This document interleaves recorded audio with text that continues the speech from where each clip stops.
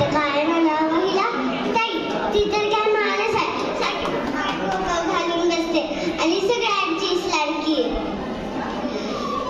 काल प्रियांकाने हाक मारली.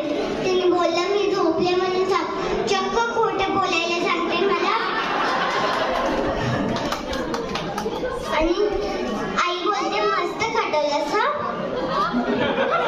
खोटं कधी बोलू नये सांगणारी आमची आजी. खोटं बोललं तरी खरंच होतं. श्रेया मावशीने विचारलं वस्तुशास्त्र